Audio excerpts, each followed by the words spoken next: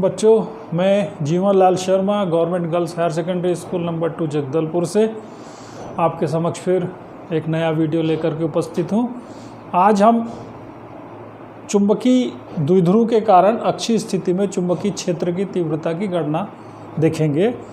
इससे पहले भी हमने विद्युत क्षेत्र में अक्षीय स्थिति में विद्युत क्षेत्र की तीव्रता की गणना की है।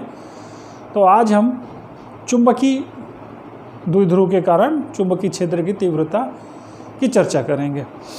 यदि इससे पहले भी मैंने आप तक बहुत सारे वीडियोस पहुंचाए हैं और ये वीडियो भी यदि आपको अच्छा लगता है, समझ में आता है, तो ज़रूर आप इसको लाइक करें, हमारे चैनल को सब्सक्राइब करें और दूसरों को शेयर करें, जिसके कारण कि इस चैप्टर का और टॉपिक का उनको भी बेनिफिट मिल सके और पढ़ाई में, परीक्षा में उनको लाभ प्राप्त वो कर सकें। चलिए हम देखते हैं द्विध्रुव। सबसे पहले हमने पहले भी विद्युत द्विध्रुव देखा है, आज हम चुंबकीय द्विध्रुव की बात करेंगे। चुंबकीय द्विध्रुव एक्चुअली है क्या? पहले हमने प्लस क्यू माइनस क्यू आवेश दो द्विध्रुव ले चुके हैं, प्लस क्यू और माइनस क्यू। अति अल्प दूरी पर विजातीय जो आवेश होता था अति अल्प दूरी पर उपस्थित होते थे, तो हमको विद्युत द्विध्रुव हम कहते थे। यहाँ हम चुंबकीय द्विध्रुव की बात करेंगे। तो चुंबकीय द्विध्रुव क्या है? जब समान प्राबल्य के दो विजातीय ध्रुव, यहाँ पर जो आ रहा है वो आ रहा है नॉर्थ एंड साउथ। आपको अच्छे से पता है चुंबक में हमेशा दो पोल होते हैं, कभी भी मोनोपोल नहीं उपस्थित होता है। यानी चुंबक में हम मोनोपोल प्राप्त नहीं कर सकते।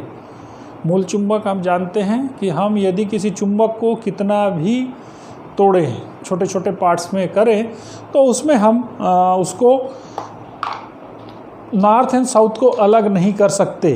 तो देखिए मेरे पास कुछ चुंबक हैं, ये नॉर्थ एंड साउथ के, और एक छोटा सा और चुंबक ये मेरे पास है। मैं इसको, हालांकि ये हम जो चुंबकीय सुई होती है, चुंबकीय सुई ये छोटा सा है डायपोल्स के रूप में, और इसके अलावा भी बार मैग्नेट है मेरे पास, ये जिसको हम बार मैग्नेट प्रैक्टिकल आप करते हैं। ये बहुत सारे चुंबक मेरे पास उपस्थित हैं। इससे रिलेटेड बहुत सारे आज और इससे आगे हम डेमो भी देखेंगे इनके, क्योंकि ये चुंबक जो है फिज़िकली हमारे पास उपस्थित है। आवेश में ऐसा थोड़ा सा दिक्कत आती थी कि हम आवेश को प्राप्त नहीं कर पाते थे, इसलिए कई जगह मैंने आप देखा है कि चुंबक का उपयोग किया है आवेश को से रिलेट करके, आवेश के लिए चुंबक से रिलेट करके मैंने कई जगह उपयोग किया है। तो अब हम जब चुंबक की बात करेंगे तो हमारे पास फिजिकली ये चुंबक उपस्थित रहेगा और बहुत सारे हम डेमो देख पाएंगे। तो देखिए क्या है कि जब समान प्राबल्य के दो विजातीय ध्रुव, यानी एक नॉर्थ और एक साउथ, एक दूसरे से अल्प दूरी पर स्थित होते हैं, यानी यहाँ पर भी वही स्थिति बन रही है जो विद्युत द्विध्रुव में हमने देखा था। तो वे चुंबकीय द्विध्रुव कहलाते हैं। डाइपोल, डाई मतलब दो, एक नॉर्थ और एक साउथ। तो ये दो पोल होंगे, जैसे दंड चुंबक हो गया, चुंबकीय सुई हो गया, धारावाही लूप हो गया, धारावाही कुंडली हो गया, ये आदि जो हैं ये चुंबकीय द्विध्रुव के उदाहरण है। तो ये मान लेते हैं हमारे पास चुंबकीय द्विध्रुव रखा हुआ है और इससे उसके अक्षीय स्थिति पर, अक्ष पर कोई बिंदु, अब अक्ष इधर भी हो सकता है, हम अक्ष इधर भी ले सकते हैं, इसके अक्ष पर किसी बिंदु पर हमको चुंबकीय क्षेत्र की तीव्रता की गणना करनी है। तो हमने द्विध्रुव और इससे पहले हमने वैद्युत द्विध्रुव आघूर्ण भी लिया था, तो वैसे यहाँ चुंबकीय द्विध्रुव आघूर्ण होगा। तो हम चुंबकीय द्विध्रुव आघूर्ण की बात करें तो आपको अच्छे से पता है वहाँ एक आवेश और उनके बीच की दूरी को लिया जाता था। यहाँ पर भी वही है कि चुंबक के जो दो पोल हैं और उनका पोल स्ट्रेंथ m, यदि उसका ध्रुव प्राबल्य m है, तो किसी चुंबक के ध्रुव प्राबल्य और उनके बीच की दूरी, दोनों ध्रुवों के बीच की दूरी का जो गुणनफल होता है वो चुंबकीय द्विध्रुव आघूर्ण कहलाता है। तो ध्रुव प्राबल्य जो हमारे पास है M और उनके चुंबकों के ध्रुवों के बीच की दूरी 2L है, यदि ध्रुवों के बीच की दूरी 2L है तो चुंबकीय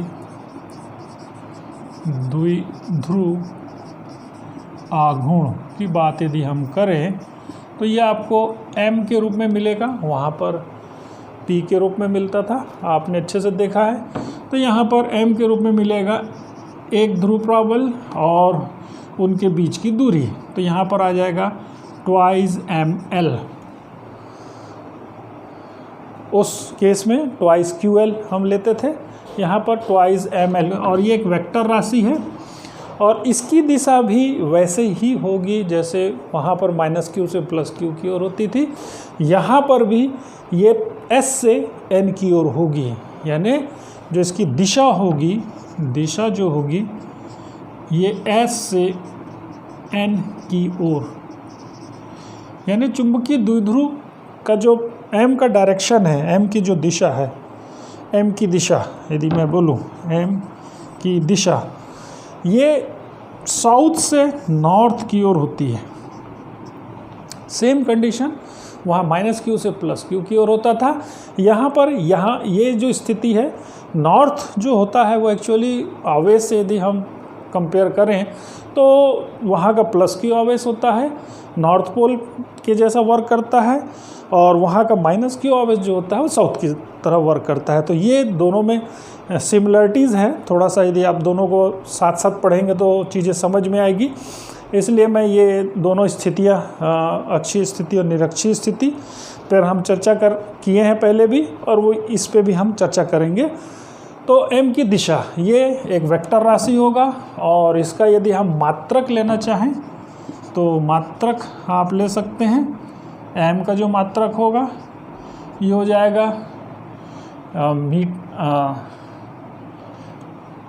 मीटर एंड एम्पियर। ये आपको इसका जो मात्रक मिल जाएगा वो एम्पियर मीटर स्क्वायर, ये आपको एक मात्रक एम्पियर मीटर स्क्वायर, ये आपको मिलेगा एम्पियर मीटर स्क्वायर, ये मात्रक हम ले सकते हैं। तो इससे आप चुंबकीय द्विध्रुव आघूर्ण देखा जा सकता है। अब हम जो मेन टॉपिक पे आते हैं, चुंबकीय द्विध्रुव के कारण अक्षीय स्थिति में चुंबकीय क्षेत्र की तीव्रता। तो इसको यदि हम लें तो ये मैंने एक फिगर बनाया हुआ है, यदि हम यहाँ से देखें तो 2L लंबाई का हमारे पास चुंबक है, एक दंड चुंबक बोल रहे हैं हम इसको। तो माना कि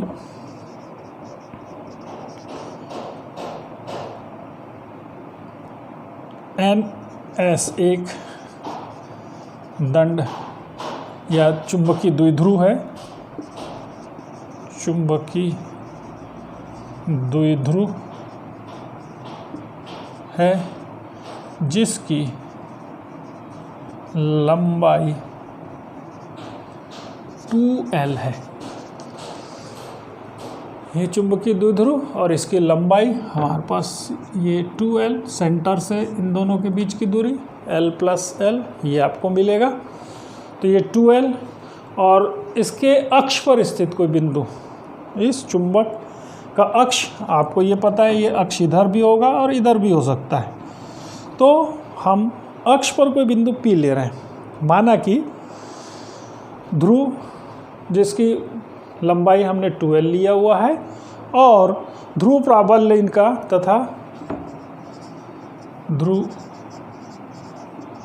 प्राबल्य M है, यानी पोल स्ट्रेंथ, जिसको कि हम पोल स्ट्रेंथ कहते हैं, ये M है। तो इसके मध्य बिंदु से, इसके मध्य बिंदु O से D दूरी पर, यानी इसके सेंटर से D दूरी पर हम एक बिंदु P अक्ष पर ले रहे हैं। तो D दूरी पर उसके अक्षीय रेखा पर एक बिंदु P स्थित है। यानी ये इसका अक्ष है और उसके अक्षीय रेखा पर एक बिंदु P हमने यहाँ पर लिया हुआ और इसी पर हमको चुंबकीय क्षेत्र की तीव्रता की गणना करनी है। तो अक्षीय रेखा पर एक बिंदु P स्थित है। तो इस बिंदु P पर चुंबकीय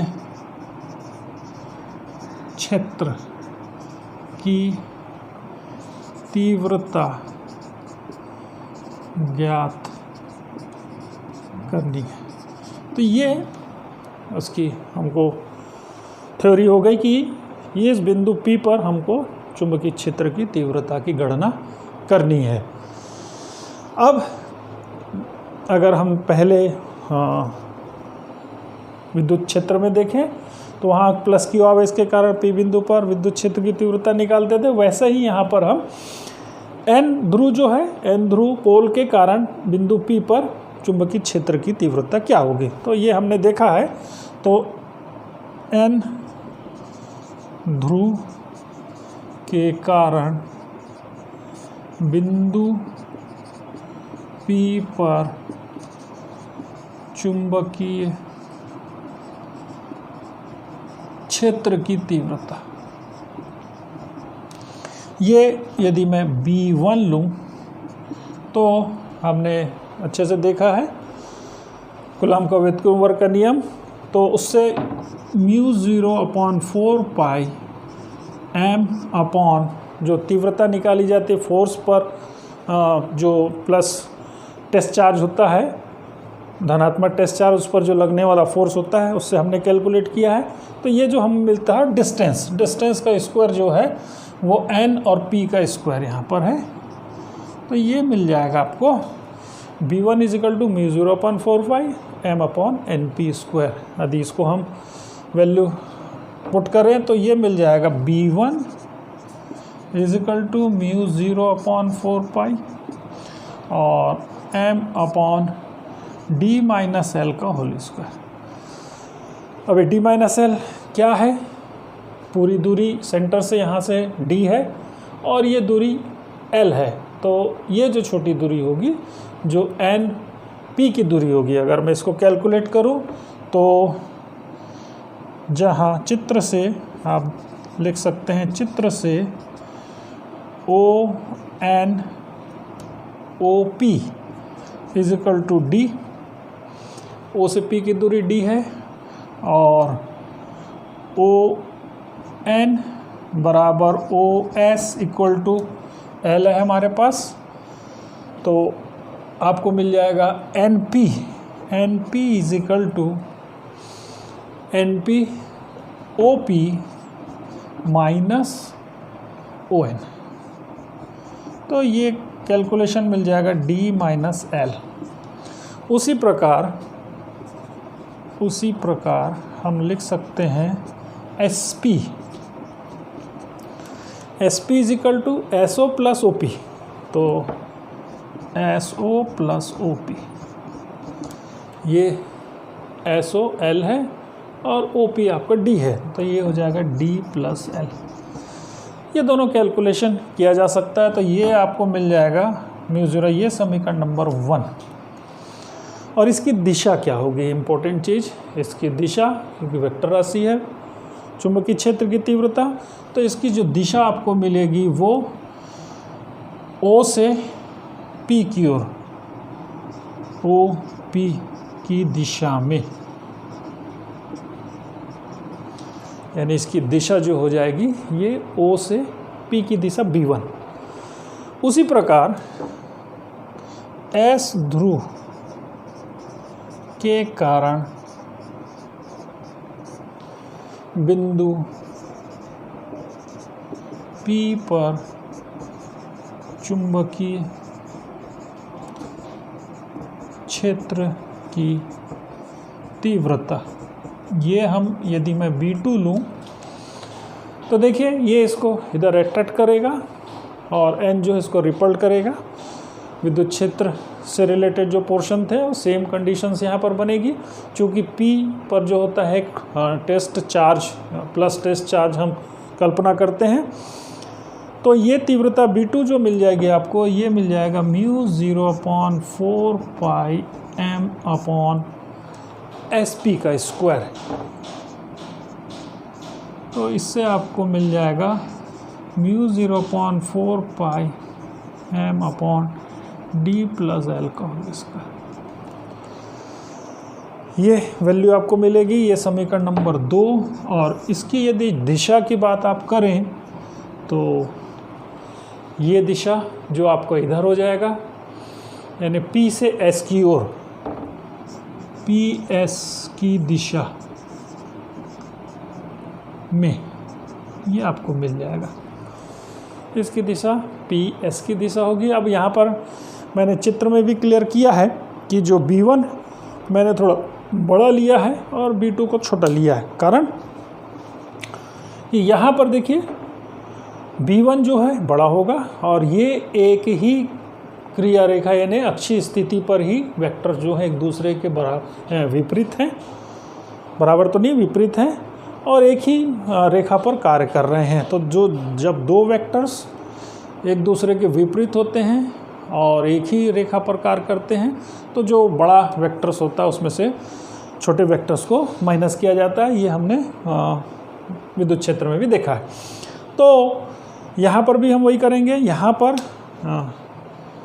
समीकरण 1 एवं 2 से स्पष्ट है कि B1 is greater than B2।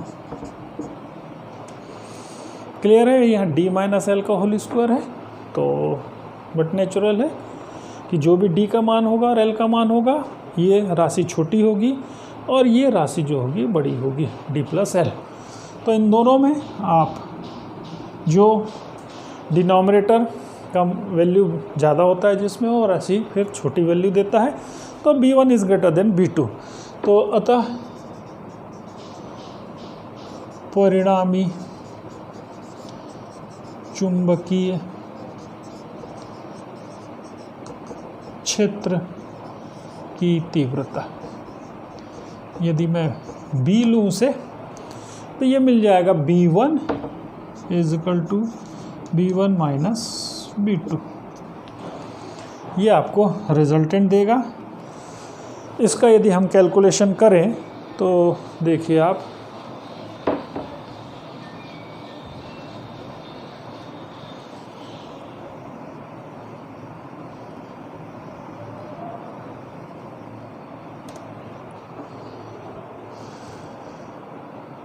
B is equal to B1 minus B2 is equal to value रख दें हम समीकरण 1 और 2 से, तो μ0/4π और m ये कांस्टेंट है, दोनों में से बाहर आ जाएगा और यहाँ पर मिल जाएगा 1/d-L का होल स्क्वायर माइनस 1/d+L का whole square.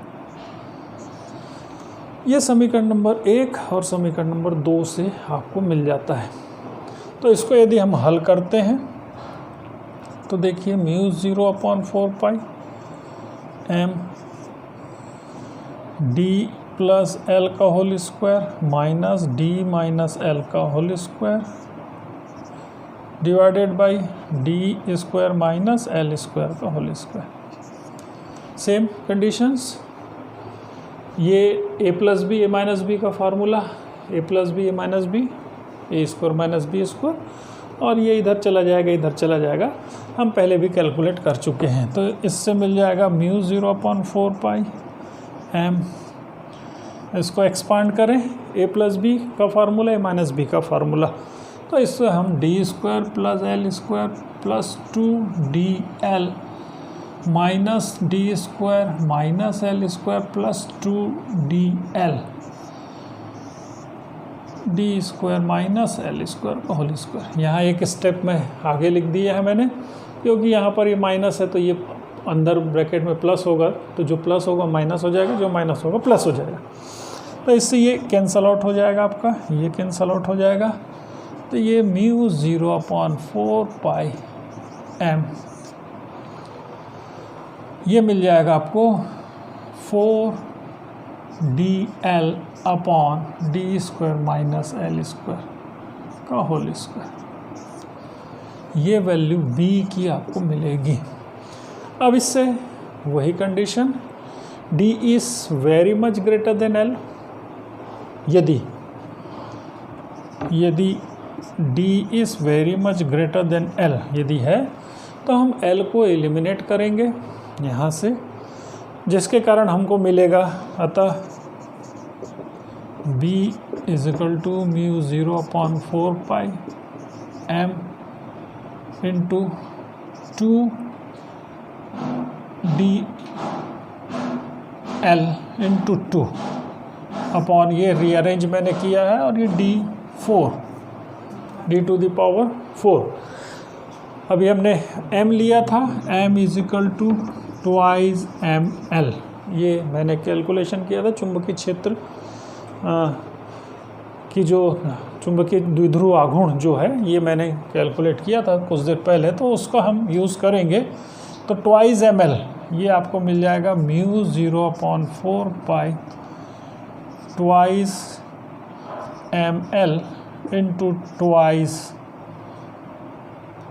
d upon d⁴। तो इससे एक d कैंसल आउट हो जाएगा, तो ये 3 बच जाएगा। तो ये आ जाएगा आपको ये portion mu 0/4 pi twice m upon d³। ये कैलकुलेशन आपको लास्ट में मिलता है b का मान, यानी ट्वाइस m/d³। ये यदि वहाँ से कंपैरिजन करें आप, तो आपको वहाँ ट्वाइस p/d l³ मिला था आपको, तो यहाँ पर थोड़ा सा डिफरेंस है, सॉरी r³ मिला था, d की जगह यहाँ r की जगह d है यहाँ। तो सेम कंडीशन। अब इसकी दिशा क्या होगी, यानी इसकी दिशा मैंने पहले भी बताया कि इसकी जो दिशा होती है, m की दिशा जो होती है वो s से n की ओर होती है, साउथ से नॉर्थ की ओर होती है।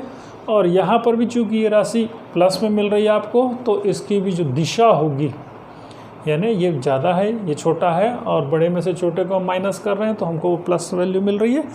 तो जो b की जो दिशा है, सॉरी m की b की जो दिशा है वो भी आपको ऐसा ही मिलेगी, यानी इन दोनों के बीच का जो एंगल है वो 0 डिग्री का है। यानी चुंबकीय क्षेत्र की तीव्रता की दिशा और चुंबकीय द्विध्रुव आघूर्ण की जो दिशा है वो सेम कंडीशन में है, यानी दोनों समानांतर हैं। तो ये दोनों के बीच एंगल 0 मिलता है। तो एक स्थिति तो मैंने ये निकाली, अभी इसको मैं पहली स्थिति मानूं तो ये वैल्यू हमको मिलती है। अब यदि मैं इसके इधर पॉइंट्स को ले लूँ, दूसरी स्थिति, यदि मैं दूसरी स्थिति में कैलकुलेशन करूं, तो देखिए यहाँ पर वही स्थितियाँ बनेगी, थोड़ा सा स्मॉल चेंजेस हमको करना पड़ेगा। ये चेंजेस क्या है, ये जो P बिंदु है, मैं इस P बिंदु को अब यहाँ पर लेता हूँ, मान लेता हूँ मैं P बिंदु यहाँ पर है, तो ये अट्रैक्शन होगा, साउथ इसको अट्रैक्ट करेगा, और यहाँ पर जो होगा नॉर्थ जो होगा उसको रिपल्ड करेगा। तो यहाँ पर मैं स्थिति अब B1 लेता हूँ, और यहाँ पर मैं इसको B2 ही लेते हैं, चलिए, और इसको B1 लेते हैं। तो यहाँ पर जो स्थिति बन रही है, अगर ये P बिंदु इस ओर है तो आप देखें क्या स्थितियाँ बनती है।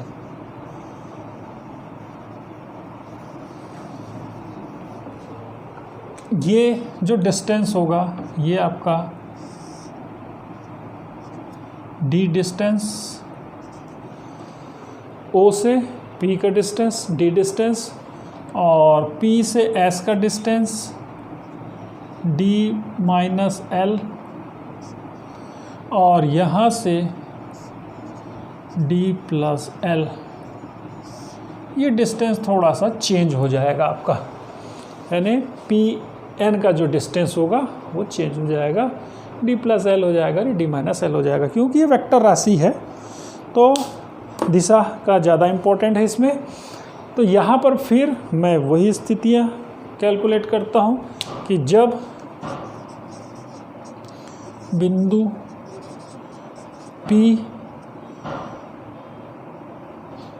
S ध्रुव की तरफ स्थित है। अभी मैंने N ध्रुव की तरफ लिया था, ये स्थिति सेकंड में मान लूँ, ये स्थिति सेकंड में ले रहा हूँ। वाली जो स्थिति थी वो पहली स्थिति थी और ये दूसरी स्थिति थी। तो यहाँ से यदि मैं देखूँ तो आपको यही कंडीशन मिलेगी। यहीं से मैं आगे बढ़ता हूँ तो आपको देखिए ज़्यादा चेंजेस नहीं है। N ध्रुव के कारण P पर चुंबकीय क्षेत्र की तीव्रता B1 ही है। यहाँ पर देखिए N ध्रुव के कारण B1, तो यहाँ पर जो डिस्टेंस है वो D प्लस एल है, और ये जो डिस्टेंस है ये मैं चेंजेस कर देता हूँ। N और P का ये D प्लस एल हो जाएगा, यानी OP प्लस ON ये D प्लस एल हो जाएगा, और SP जो है वो D माइनस एल हो जाएगा, यानी OP minus PS, OP minus OS, ये आपको मिल जाएगा। इस OP से यदि हम OS या SO को घटाते हैं तो ये D माइनस एल हो जाएगा। बस ये स्लाइड चेंजेस आपको मिल जाएगा। यहाँ से आप देखें तो OP माइनस आपको OS, तो ये D माइनस एल दे देगा। अब N ध्रुव के कारण तो प्लस हो गया आपका N ध्रुव के कारण। यहाँ पर S ध्रुव के कारण P पर चुंबकीय क्षेत्र की तीव्रता वो SP का स्क्वायर, सेम कंडीशन, और यहाँ पर D माइनस एल हो जाएगा। जो प्लस था वो माइनस हो जाएगा और जो माइनस था वो प्लस हो जाएगा, SP का स्क्वायर D माइनस एल का होल स्क्वायर।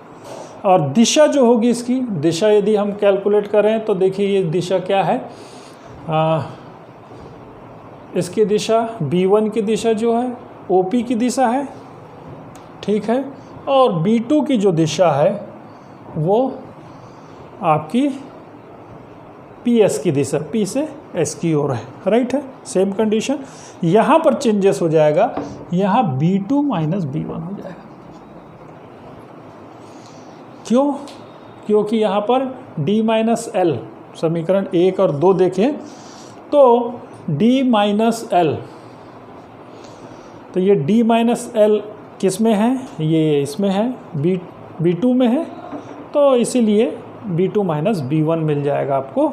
ये कंडीशन मिलेगी B2 में, और ये B1 जो हो जाएगा वो बड़ा हो जाएगा यहाँ पर, और B2 जो होगा ये नीचे D प्लस एल, चूँकि ये है तो ये B1 छोटा हो जाएगा और B2 बड़ा हो जाएगा। तो ये स्लाइड्स उसमें चेंजेस आपको मिलेगा, ये थोड़ा सा आप देखेंगे। अब यहाँ कैलकुलेशन की बात करें तो देखिए वही समीकरण 1 और 2 से स्पष्ट है कि B2 is greater than B1, तो B2 हमारे पास ये है और B1 ये है, तो वही स्थिति हम ले रहे हैं। तो ये स्थिति आप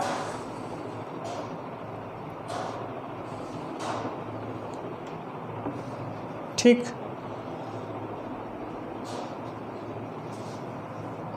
NP। अब यहाँ पर देखिए म्यू B1 समीकरण नंबर 1 और 2 से लें तो B2 माइनस B2 ये मिल जाएगा। यहाँ पर ये चेंजेस आ जाएगा आपको, यहाँ B2 हो जाएगा, यहाँ B1 हो जाएगा,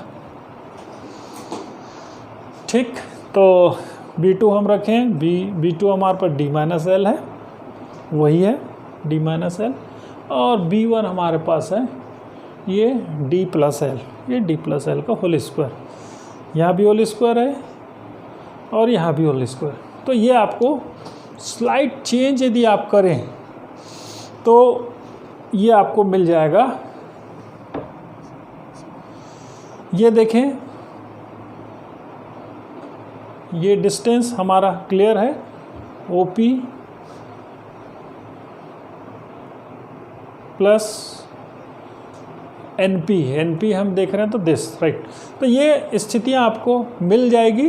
अब हम देखिए, अब इसको कैलकुलेशन सेम जो कैलकुलेशन किया हमने वही कैलकुलेशन है, कोई चेंजेस नहीं है, क्योंकि D-L आपको पहले मिलेगा और D+L माइनस के बाद मिलेगा। केवल आपको यहाँ पर चेंजेस करना पड़ेगा B1 B2 यदि आपने वही कंडीशंस ली है तो ये आप देख लें। तो इसमें आपको यहाँ पर कंडीशन ये हो जाएगी कि B2 का मान जो हो जाएगा वो ज़्यादा हो जाएगा, क्योंकि S जो के करीब में पॉइंट P है तो इसका जो प्रभाव रहेगा वो ज़्यादा रहेगा P पर। तो ये कंडीशन में फिर वही कंडीशन, सारा चीज़ वही, तो यहाँ पर भी वही रिज़ल्ट आपको मिलेगा। तो आप स्लाइड चेंज करेंगे और दूसरी स्थिति निकालेंगे तो आपको मिल जाएगा। ये थोड़ा सा आप पहले कैलकुलेट कर लें खुद, मैं जो बता रहा हूँ वो तो ठीक है, आप उसको एक बार कैलकुलेट कर लें अपने स्तर पे, एक दो बार प्रैक्टिस कर लें तो आपको सारी चीज़ क्लियर होगी। अब यहाँ पर B की दिशा क्या होगी? अब देखिए यहाँ पर वही स्थिति, क्योंकि B1 B2 का मान यहाँ ज़्यादा है तो B2 और ये जो वैल्यू प्लस में मिल रही है आपको, तो निश्चित ही यहाँ पर जो दिशा होगी ये B की दिशा इसी दिशा में होगी, यानी S से N की ओर होगी सेम। और आपका जो M की दिशा है, M की दिशा भी इधर ही होती है, यानी S से N की ओर। तो दोनों कंडीशन, आप दोनों कंडीशन, यहाँ पर भी एंगल जो कोण बनेगा वो 0 डिग्री का कोण बनेगा। दोनों कंडीशन में आप देख लें कि जो कोण बन रहा है वो सेम एंगल NS पैरेलल बनेगा। ये दो स्थितियां मैंने बताया अक्षीय स्थिति में चुंबकीय क्षेत्र की तीव्रता की गणना। एक दो बार आप इसको प्रैक्टिस करें। विद्युत क्षेत्र में भी मैंने ऐसा ही कैलकुलेशन किया था और चुंबकीय क्षेत्र में भी सेम लगभग कैलकुलेशन वैसी है। कुछ नोटेशन जो हैं वो थोड़े डिफरेंट हैं। वहाँ पर Q आता है, यहाँ M आता है, वहाँ डिस्टेंस R लेते हैं, यहाँ पर D लेते हैं, और वहाँ प्लस P लेते हैं तो यहाँ पर M लेते हैं। तो ये कुछ उन दोनों में डिफरेंस है। तो आप एक साथ यदि इनकी तैयारी करेंगे तो बहुत सारी चीज़ें आपको क्लियर होगी। इसके बाद ये अक्षीय स्थिति के बाद हमारे पास एक निरक्षीय स्थिति आती है। उसमें मैं कुछ आपको और जैसे मैंने आपको बताया कि ये चुंबक है, इस चुंबक नॉर्थ एंड साउथ है। तो इसमें आप देखें ये नॉर्थ एंड साउथ आपके पास है।